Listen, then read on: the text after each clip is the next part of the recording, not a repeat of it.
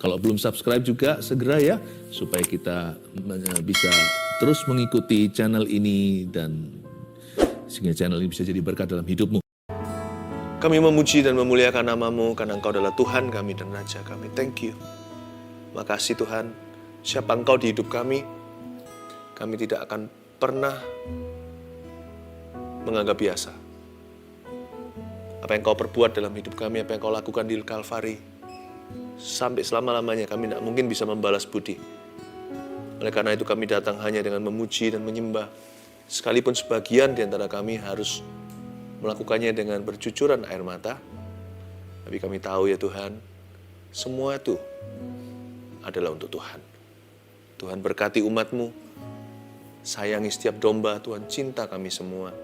Gendong Tuhan satu persatu, yang lemah Tuhan gendong. Yang dikambing hitamkan oleh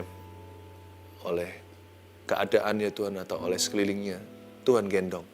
Tuhan sayangi setiap domba-Mu, berapapun usianya dan latar belakangnya, siapapun mereka, Tuhan kasih dan sayangi.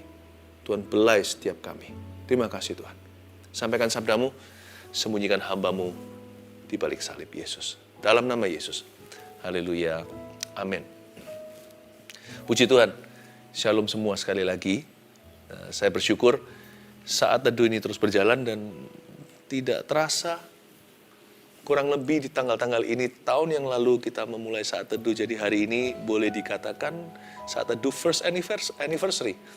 Ulang tahun ke-1 ya. Doakan kami terus ya. Karena tugas kami banyak. Karena itu Anda juga perlu loh doakan tim saat teduh. Dan terima kasih yang sudah terlibat dalam pelayanan yang sangat mulia ini untuk membimbing umat Tuhan dan menuntun orang kepada Kristus. Dan berdoa supaya kami terus diberikan Tuhan kemampuan, kekuatan, khususnya untuk mengatur waktu.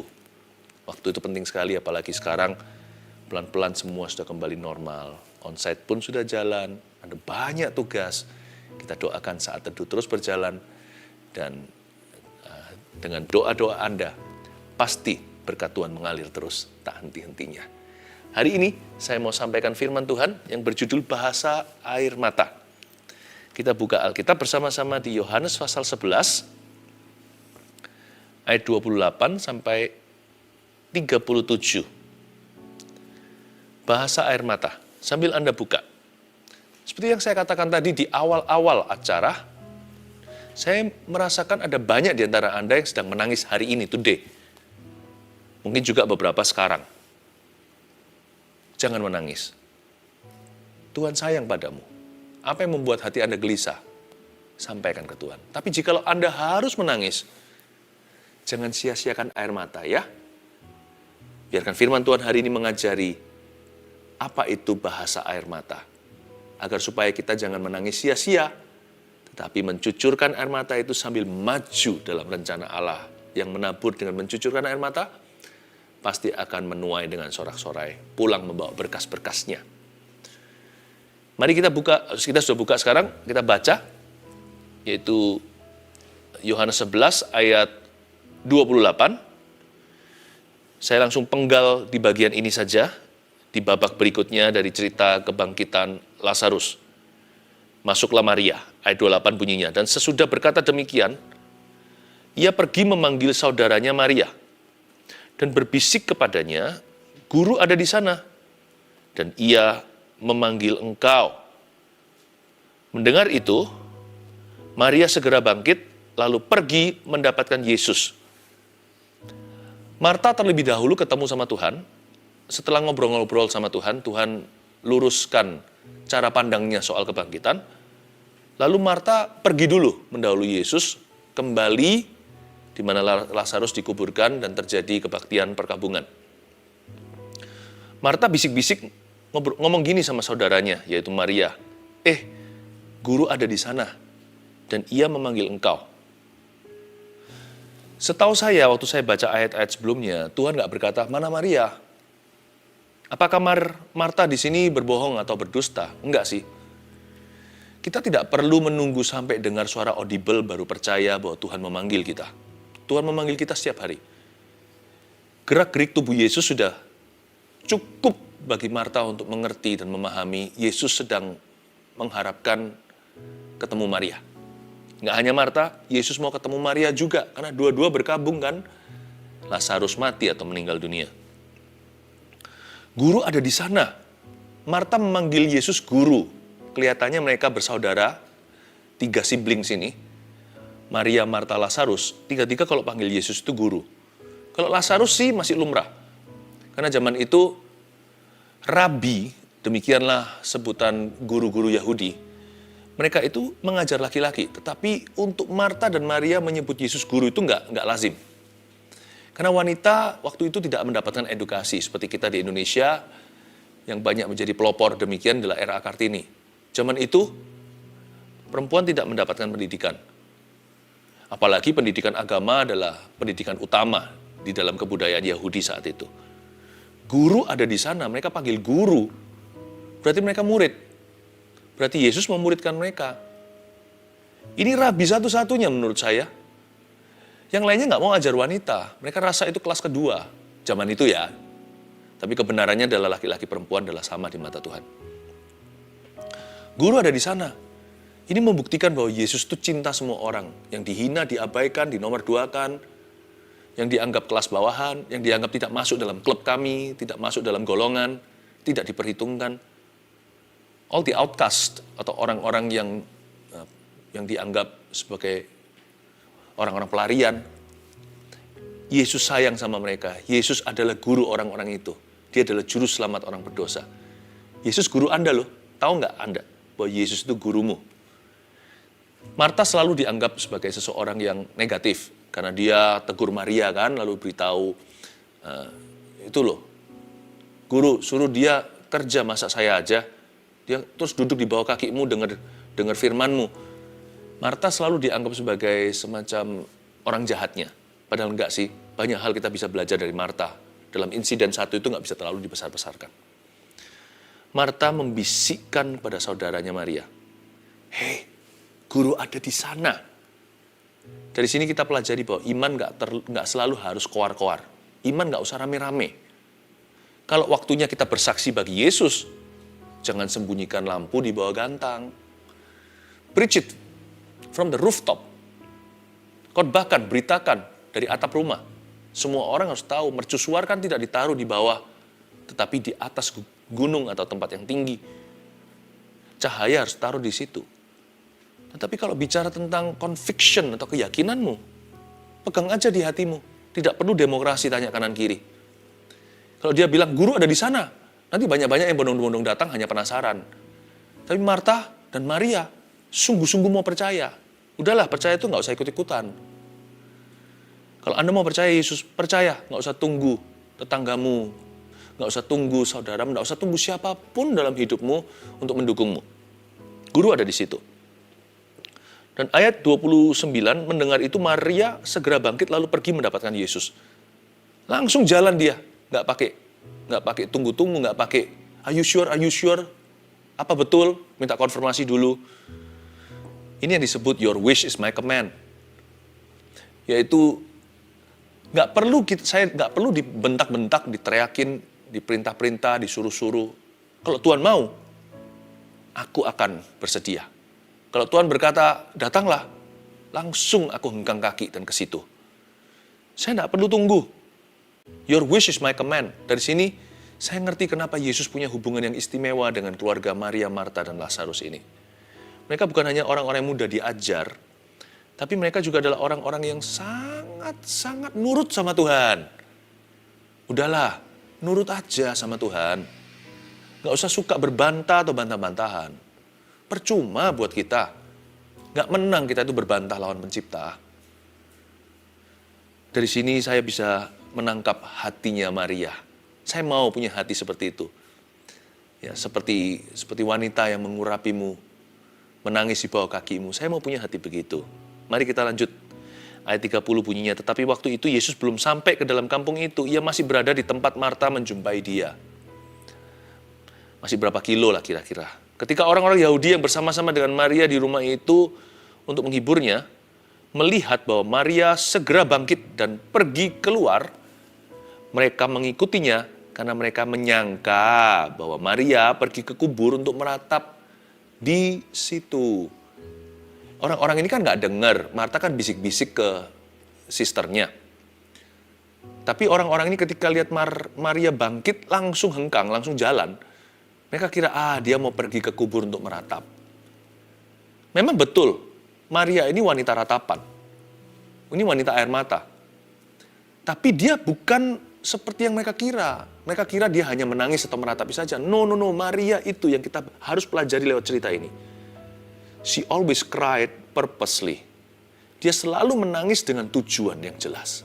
Nah, ini yang harus jadi pelajaran buat kita. Hari ini harus jadi rema dan pewahyuan. Bahasa air mata Maria.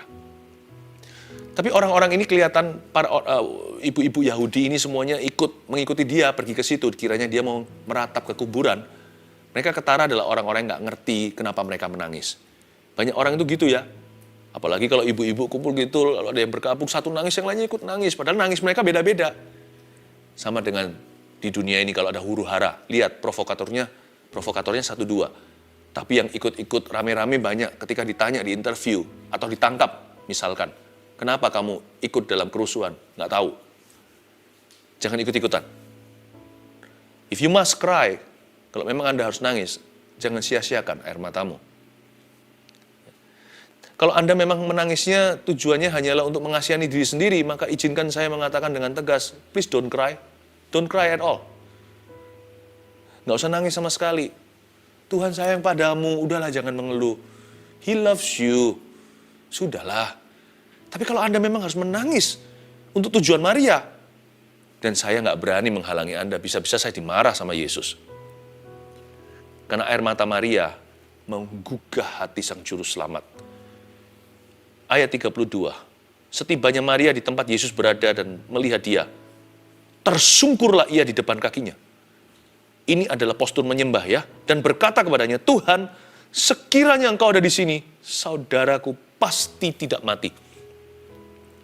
Kalimat yang diucapkan Maria, jika Anda baca ayat-ayat sebelumnya, kalimatnya sama, tapi efeknya beda. Waktu Marta mengucapkannya, Tuhan koreksi dia. Waktu Maria mengucapkannya, bertambah dengan postur menyembah, tersungkurlah ia di depan kakinya. Yesus tidak koreksi apa-apa, tapi langsung turut menangis. Sebelum kita baca ayat-ayat sebelumnya, saya jelaskan di poin ini. Tersungkurlah ia di depan kakinya. Tahun ini, belajarlah to worship. Jangan hanya baca Alkitab. Saya cinta Alkitab, jangan salah paham ya. Saya baca Alkitab terus. Keluarga saya adalah living witness. Kalau saya ngomong begini ini benar atau munafik, mereka yang paling tahu. Alkitab ini aku baca siang, malam, pagi, petang. Pagi hari bangun tidur, saya cium istri saya setelah saya berdoa di ranjang saya. Saya pergi ke ruang studi saya atau ruang belajar. Alkitab saya makan. Nanti kalau sebelum makan beneran, makan pagi, siang, atau malam, seringkali saya buka flip-flip ini Alkitab. Atau malam hari sebelum tidur. Tapi jangan hanya baca Alkitab saja. Jangan renungkan firman doang. Belajarlah seninya menyembah. Learn to worship. Belajar untuk hatinya itu luas gitu sama Yesus. Jangan-jangan kalau kita merasa diri punya banyak pengetahuan nanti jadi orang Farisi atau ahli Taurat. Tersungkurlah ia di depan kakinya. Yesus tidak kepingin diajak berdebat. Yesus itu ingin dikasih oleh Anda dan saya. Dan salah satu cara mengasihi yang paling romantis dengan Tuhan bukan sekedar perasaan doang, tapi perasaan terlibat di dalam action atau tindakan itu adalah menyembah. Waktu Maria tersungkur di depan kakinya Tuhan, dan dia berkata, Tuhan kalau engkau ada di sini, tentunya dia tidak mati. Yesus tidak merasa itu kritikan. Karena waktu Marta mengucapkannya, Yesus berkata, sekarang pun aku bisa bangkitkan.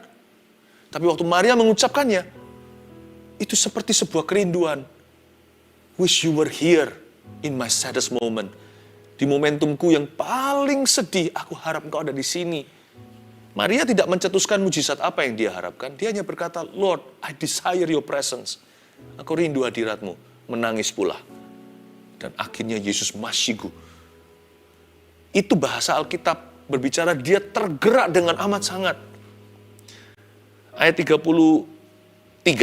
Ketika Yesus melihat Maria menangis dan juga orang-orang Yahudi yang datang bersama-sama dengan dia, maka masih gula hatinya, ia sangat terharu dan berkata, "Di manakah dia kamu baringkan?" Jawab mereka, "Tuhan, marilah dan lihatlah." Lalu ayat yang ke-35 adalah ayat terpendek di dalam pasal ini, mungkin di dalam Alkitab. Maka menangislah Yesus. Jesus cried. Wow! This is big, this is huge. Maria berkata, "Tuhan, sekiranya Engkau ada di sini, saudaraku nggak mati." Yesus lalu lihat Maria, lihat air matanya. Dia usap-usap air matanya sesegukan. Lalu dia lihat orang-orang Yahudi yang datang bersama dengan dia ikut menangis. Orang-orang yang clueless ini, orang-orang yang nggak ngerti kenapa mereka nangis. Meskipun mereka nggak ngerti kenapa mereka nangis, Yesus tetap nasiku. Baik nggak Tuhan Yesus itu? Sekalipun seringkali ya, 90%. Setiap kali kita mencucurkan air mata, kita nggak ngerti mengapa kita menangis. Dan kita menangis untuk alasan yang salah. Tuhan tetap masiku hatinya. Hatinya tetap tergerak. Ia sangat terharu. Kata sangat terharu berarti dalam suara Tuhan ada air matanya. Pernah dengar orang kalau lagi nangis coba bicara? Kita bisa dengarkan suaranya basah. Padahal itu air mata. Tapi kita bisa lihat, kita bisa dengarkan dari tonasinya. Orang ini sedang menangis, kadang-kadang di sebelah situ, lewat telepon, audio saja. Kita nggak lihat matanya, nggak lihat raut wajahnya, nggak lihat apakah basah. Tapi waktu dia ngomong, "Mama lagi nangis ya?" Atau kita bisa tahu istri kita lagi nangis. "Sayang, kamu lagi nangis ya?" Atau kita bisa tahu anak kita, "Kenapa nangis, nak?" Padahal kita nggak lihat wajahnya. Itu yang disebut, ia sangat terharu dan berkata. Jesus cried in his voice. Mungkin suaranya bukan begini ya, ayat 34 bukan, "Di manakah dia kamu baringkan?" Mungkin suaranya begini, coba ya. Coba saya tirukan. "Di manakah dia kamu baringkan?" Mungkin gitu. Jawab mereka, "Tuhan, marilah dan lihatlah." Maka menangislah Yesus. Kata menangislah Yesus di sini dalam bahasa Yunaninya, yaitu bahasa Perjanjian Baru, dia konotasinya adalah quiet weeping atau menangis dengan diam-diam. Bukan menangis yang lebay atau berlebihan atau yang cari perhatian. Orang Yahudi zaman itu mereka nangisnya berlebihan. Bisa-bisa nih orang-orang yang bersama dengan Maria ini nangisnya lebih heboh daripada Maria sendiri. Apalagi di zaman-zaman itu ada yang di-hire khusus, secara khusus disewa untuk jadi peratap. Sampai hari ini masih ada kok. Jadi mereka yang harus nangis, mereka memang professional crier, professional weeper, orang-orang yang menangis secara profesi, dibayar untuk itu. Tapi yang gituan itu tangisan-tangisan yang tidak menggugah hati. Itu tidak membuat Tuhan masiku atau terharu. Itu bukan bahasa air mata. Itu air mata saja. Bisa jadi air mata buaya. Bahasa air mata itu dalam bahasa Yunaninya dulu, it suggests quiet weeping. Jadi yang Yesus menangis dan Maria menangis itu konotasinya ke situ. Sedangkan yang orang-orang Yahudi yang lain bersama dengan Maria menangis itu yang menangisnya berlebihan, yang profesional, yang bahasa anak muda hari ini, yang lebay. Kalau yang dari Malaysia mendengarkan ini mungkin nggak ngerti, makanya saya kasih kata yang berlebihan, yang agak overreacting. Saya nggak berkata kalau menangis yang quiet weeping itu berarti orang itu menangisnya pelan-pelan. Enggak, saya pernah melihat orang berkabung. Saya seorang pendeta, seorang hamba Tuhan. Lihat ups and downs-nya manusia dan jemaat yang saya kasihi. Waktu menangis, nangisnya ada yang nangis. Tapi nggak lebay, karena tangisannya dari hati. Dia menangis, sungguh-sungguh menangis. Ada orang yang dijamah Tuhan di gereja atau dalam kebaktian ibadah. Seperti saat teduh begini juga, saya kan nggak bisa dengar. Tapi Yesus ada di sana. Ada yang menangis. Menangis sejadi-jadinya. Menangis itu sampai betul-betul badannya bergetar. Jangan hakimi orang gitu kalau dari hati ya. Dia ngalami Tuhan Yesus. Jangan berkata fanatik atau emosional, sentimental. Ikut Tuhan itu, percaya Tuhan itu akal budi pikiran. Lah ya, tapi juga segenap hati kan. Hati, akal budi, kekuatan, kehidupan. Jangan lupa ada hati. Jadi kalau ada orang begitu, diam. Kalau Anda memang simpatik atau empati dengan orang begitu, ikutlah menangis. Menangislah dengan orang yang menangis. Tertawalah dengan orang tertawa. Yakobus katakan begitu dalam perjanjian baru. Ada orang yang di zaman Tuhan itu saking demikiannya, hebatnya zaman Tuhan. Dia nggak pernah di zaman demikian, nggak pernah mengalami kasih segede itu.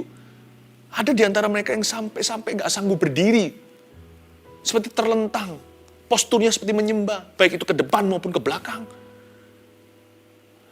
Saya berkali-kali lihat orang di zaman Tuhan demikian. Mereka nangis sekali, nangis. Saya respect, saya honor itu. Saya menghargai, menghormati momen seperti itu.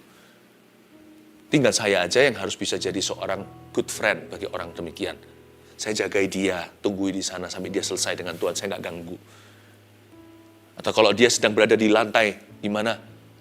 Ya kan? Saya mungkin kasih dia jaket saya, kalau itu seorang teman, supaya dia berada di lantai situ. Tetap saya jaga, dia punya dignity. Jangan hakimi orang yang mengalami manifestasi kasih. Because you did not experience, you haven't experienced what they have. Karena Anda belum alami apa yang mereka sudah alami. Dan saya saya sebagai gembala Anda lah, istilahnya di saat teduh ini sekarang, dear jemaat. Saya beri Anda kebebasan dan kemerdekaan penuh untuk ekspresi cinta pada Tuhan dan untuk mengalami manifestasi kasih. I give you the full freedom. Selama Anda tidak menjadi batu sandungan buat orang lain, itu urusan hatimu dengan Tuhan Yesus. No one will judge you. Not in my presence. Tidak dalam kehadiran saya. Tidak akan kuizinkan siapapun menghakimimu. Tuhan sayang domba-dombanya. Salah satu tugas gembala adalah menjaga domba-domba itu, berjaga atas jiwanya. Oh haleluya. Ayat yang ke-36 dan 37, kata orang Yahudi, lihatlah betapa kasihnya kepadanya. Wow, orang Yahudi yang positif ngomong gini, look, manifestasi kasih, lihatlah betapa kasihnya kepadanya. Tapi ayat 37, orang Yahudi yang lain, yang negative thinking. Ini yang hater-haternya. Ini yang mocker-mockernya, pencemooh-pencemooh, pembenci-pembencinya. Inilah gossiper, komentatornya. Yang ayat 36 masih oke, kata orang-orang Yahudi, lihatlah betapa kasihnya kepadanya. How wonderful. We do not understand, aku tidak mengerti, tapi aku bersyukur. Aku tidak paham, tapi aku hargai orang itu mengalami. Ayat 37, tetapi beberapa orang diantaranya, ini lain lagi orang, berkata, ia yang memelekkan mata orang buta. Nggak sanggup kak ia bertindak sehingga orang ini nggak mati. Ayat 37 ini dimasukkan satu kategori. Orang-orang yang suka komentar doang. Orang-orang gini ini tukang rame-rame. Ia yang memelekkan mati orang buta. Yesus lagi nangis. Masa dia nggak bisa sembuhkan? Katanya dia melekkan orang buta. Masa dia nggak bisa tahan orang ini nggak mati? Nanti orang itu sembuh. Nanti dia ngomong lagi. Sembuh, dia sembuh. Tapi masa kok orang ini setelah sembuh kok nggak dikasih segala sesuatu yang dia harapkan. Tanggung sekali Tuhan. Pokoknya nggak benar deh. Nggak pernah benar. Pokoknya Tuhan itu nggak pernah benar di mata-mata orang ini. Selalu ada kurangnya. Pernah nggak ketemu orang begitu? Jangan-jangan Anda dan saya orang yang demikian. Ditiupin suling, tidak nari. Suling ditaruh, mana musiknya? Musik dimain, kekerasan. Diturunin, suaranya kekecilan. Tanggung sekali musisinya. Udah main ya main sekalian. Dikeresin lagi, nggak dengar tadi. Saya berkata, kekerasan nih telinga sampai mau tuli. Taruh lagi sulingnya, mana suling, mana musiknya, nggak bisa nari. Sulingnya dimainin, mereka pergi. Nggak nari malah pulang-pulang. Nggak pernah benar. Orang seperti ini harus ada di dunia. Harus ada. Kalau nggak gitu nggak bisa membedakan orang benar dengan orang salah, nggak bisa membedakan orang fasik dari orang benar dari orang fasik, nggak bisa membedakan orang yang berkenan dan orang yang cuma figuran di mata Tuhan. Don't be, jangan jadi ayat 37 ya. Jadilah ayat sebelumnya Maria. Jangan jadi orang ini. Harus ada orang begini. Hanya janganlah you and me. Saya kasih 3 poin sederhana bahasa air mata. Nomor 1, Dari sini kita pelajari dari Maria ya, dan dari Yesus tentunya. Tapi dari Maria dulu sekarang. Bahasa air mata itu satu, menangis karena terharu. Kalau Anda harus menangis, nggak apa-apa karena terharu. Apalagi kalau karena kasih Yesus. Please, hati itu jangan kaku, yang luas sama Tuhan. Dulu waktu saya masih kecil, karena saya mengalami beberapa pengalaman-pengalaman yang traumatis dan keras, maka saya mencetuskan pada diri saya sendiri, saya membuat janji bahwa saya tidak akan menangis. Laki-laki nggak boleh nangis. Pria tidak boleh mencucurkan air mata. I must be tough. Jadi saya menjadi orang yang sangat keras. Hati saya itu seperti ditaburi apapun tanpa irigasi. Jadi sangat-sangat super kaku. Apapun yang saya lakukan, selalu saya ingatkan diri sendiri, tidak boleh menunjukkan perasaan. Jadi saya orangnya dingin sekali, zaman dulu sebelum kenal Tuhan. I love you lah, rangkul orang lah, nggak ada ekspresi lah. Nggak usah gitu-gituan. Dan akhirnya pada waktu saya dijamah Tuhan, ketika saya umur 18 tahun, puluhan tahun yang lalu, saya menangis sejadi-jadinya. Kayak bayi, makanya namanya lahir baru, bayi rohani. Saya malu, di depan gereja itu. Maksudnya di dalam ibadah gereja, tapi di depan semua orang. Saya nangis, saya malu. Tapi setelah itu seperti saya diberi pengertian, kenapa harus malu kalau terharu? Saya nggak mudah nangis kecuali dalam hadirat Tuhan hingga hari ini. Saya nggak mudah nangis kecuali untuk alasan-alasan kebenaran. Saya tidak mudah mencucurkan air mata, kecuali kalau melihat orang lain menderita. Hari ini hati saya telah berubah. Sejak Roh Kudus jamah saya, seperti ada perairan dan irigasi. Seperti ada sungai yang mengalir di sini. Bukan tipe orang yang gampang-gampang dikit-dikit nangis, nggak gitu. Saya nggak bocor. Tapi kalau memang hari itu mata saya harus jadi bendungan Allah, saya pastikan hatiku mudah masiku. Menangislah karena terharu. Kalau memang harus menangis karena alasan itu. Apalagi karena kasih Tuhan. Lihat orang lain punya penderitaan. It's okay. Nomor 2, menangis karena kehendak Allah. Yang ini menangis karena alasan ketaatan. Menangis untuk taat. Ini susah. Kita bisa nangis karena ketika kita disuruh memberi. Sakit tapi menjadi perkorban persembahan. Waktu kita mengampuni. Atau ketika kita berdoa untuk kebangunan rohani terjadi di sebuah negeri. Dari waktu ke waktu ya, saya sering loh dibangunin Tuhan pukul 3 pagi. Suruh berdoa untuk negara tertentu, apalagi negara sendiri. Pernah juga saya dibangunkan, ya kira-kira pukul 3. Saya cukup langganan di jam-jam sekian. Suruh doakan untuk jemaat saat teduh. Saya menangis tanpa alasan, tapi saya tahu itu kehendak Allah. Saya sedang mendoakan. Saya mendoakan agar turunnya kerajaan sorga dalam kehidupan seseorang. Dan mungkin kadang-kadang Tuhan suruh saya melakukan sesuatu itu susah sekali.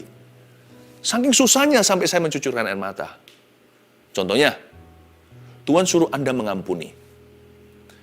Jangan nangis karena kepahitan, jangan nangis karena sakit hati. Itu sakit Tuhan, sakit rasanya itu dirasa-rasain gitu sakitnya itu seperti ini udah ada luka, sekalian disiram jeruk nipis. Jangan itu keluar air matanya karena kesakitan, jangan keluar air mata kepahitan.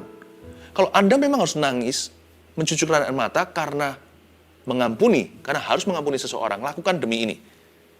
Anda berkata, aku harus menang. Aku harus menang. Aku harus lulus. Aku harus wisuda. Aku harus bisa lulus ujian. Dan Anda berkata, ini susah bagi saya Tuhan, orang itu melukai saya secara dahsyat. Bagaimana saya bisa mungkin mengampuni orang demikian? Kalau yang dia lukai adalah saya saja, yang dia lukai adalah orang yang saya cinta. Contohnya keluarga.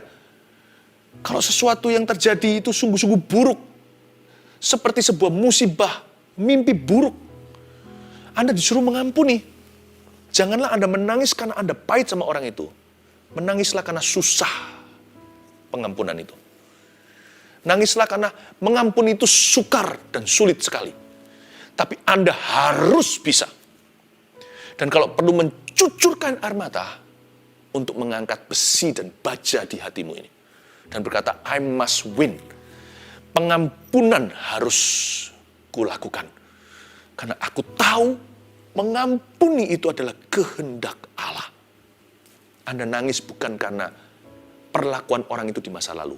Anda menangis demi mencapai masa depan yang Anda tahu adalah kehendak Kristus secara sempurna. Seperti orang kalau olahraga ya. Saya pernah lihat seorang bodybuilder, wah diangkat yang lebih berat dari sebelum-sebelumnya. Di sininya tiba-tiba menetes air mata. Saya rasa orang segede itu bukan menangis gara-gara besi ya. Tapi dia saking keluarkan seluruh tenaganya sampai keluar air matanya. Demi mengampuni, dan harus goal pengampunan ini. Karena ini kehendak Tuhan yang sempurna untukku sekarang ini di musim hidupku. Aku tidak boleh gagal, tidak boleh menjadi milik setan. Aku milik Tuhan. Dia demi mengampuni dan terjadinya pengampunan sampai mencucurkan air mata karena kehendak Allah. Bukan karena mengingat kesalahan orang lain. Kesalahan orang lain itulah, memori buruk itulah yang membuat Anda susah mengampuni. Tapi air mata Anda karena mau menggenapi firman Tuhan. Menangislah karena kehendak Allah. Terakhir, menangis karena orang lain. Ini menangis bukan karena taat saja, tapi karena syafaat. If you want to cry, cry for other people. Ini bukan air mata buaya, ini air mata saudara. Ini air mata orang Samaria yang baik hati itu. Menangislah karena orang lain. Lihat Yesus. Nggak pernah loh Yesus nangis seperti ini. Coba baca di kitab Injil. Tapi waktu karena Lazarus dia menangis. Maka menangislah Yesus. If you must cry, cry for other people. Bersyafaatlah untuk orang lain. Saya sudah ceritakan tadi kan, saya dibangunkan karena mendoakan Anda. Saya menangis dengan mencucurkan air mata di atas ranjang saya, mendoakan untuk jemaat saat teduh. Mendoakan untuk kebangunan rohani dalam kehidupan Anda sekalian. Bukan berarti kita hero atau pahlawan. Bukan. Tapi kita sudah kontrakkan atau kita berikan air mata kita untuk kerajaan Allah. Karena yang mencucurkan dengan air mata akan menuai dengan sorak-sorai. Cucurkan untuk orang lain juga. Air matamu bisa berguna. When you cry for other people, God's answer is always yes. Kalau Anda menangis untuk orang lain, jawaban Tuhan bagi doa dan syafaatmu selalu iya. Karena hati seperti itu tidak pernah egois, tidak pernah mencari kepentingan sendiri. Hati seperti itu, seperti Yesus menangis dari dalammu. Seperti Yesus yang berseru kepada Bapa di sorga di dalam dirimu. Karena Yesus Masihiku, Yesus terharu, itulah sifat juru selamat kita. Dia peduli dan terbeban bagi sesamanya. Saya ajak Anda untuk mengerti bahasa cinta. Dan bahasa air mata, 1, 2, 3, direview sekali lagi. Menangis karena terharu. Itulah bahasa air mata yang Tuhan inginkan dalam hidup Anda. 2, menangis karena kehendak Allah. Itulah bahasa air mata yang sorga pahami. 3, menangis karena orang lain. Itulah bahasa air mata yang membuat Yesus Masihiku dan Bapa tidak akan berkata tidak kepada doa syafaatmu. Yesus memberkatimu. Mari kita serahkan hati kita dan air mata kita dan segenap hidup kita hanya kepada Dia. Dan Dia menunggumu saat ini di bawah kakinya. Haleluya. Seperti wanita mengurapimu, menangis di bawah kakimu. Demikian hidupku mau mengasihimu. Yesus, Engkau baik bagiku. Seperti wanita mengurapimu. Seperti wanita mengurapimu, menangis di bawah kakimu. Demikian hidupku mau mengasihimu. Yesus, Engkau baik bagiku.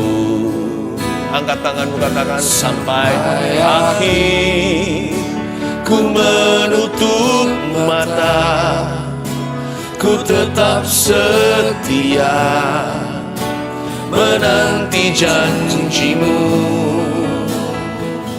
Sampai ku dapatkan mahkota kehidupanku, ku tetap tetap setia untuk melayanimu. Pria dan wanita sama-sama katakan, seperti wanita mengurapimu, menangis di bawah kakimu. Demikian hidupku mau mengasihimu, Yesus, Engkau baik bagiku. Sampai akhir ku menutup mata, ku tetap setia menanti janjimu. Sampai ku dapatkan mahkota kehidupanku, ku tetap setia untuk melayanimu. Sampai akhir ku menutup mata, ku tetap setia menanti janjimu. Sampai ku dapatkan mahkota kehidupanku, ku tetap setia untuk melayanimu. Sampai akhir, sampai akhir ku menutup mata, ku tetap setia menanti janjimu. Sampai ku dapatkan mahkota kehidupanku, ku tetap setia untuk melayanimu. Angkat tangan, terima berkat dari Allah Bapa, Allah Putra, Allah Roh Kudus yang mengasihimu. Setiap air mata ditabung Tuhan di dalam kirbatnya. Kau tilik sengsara banyak orang hari ini. Terima kasih sebagai Allah yang peduli. Mujizat pun ku yakin telah terjadi. Dalam nama Yesus. Amin.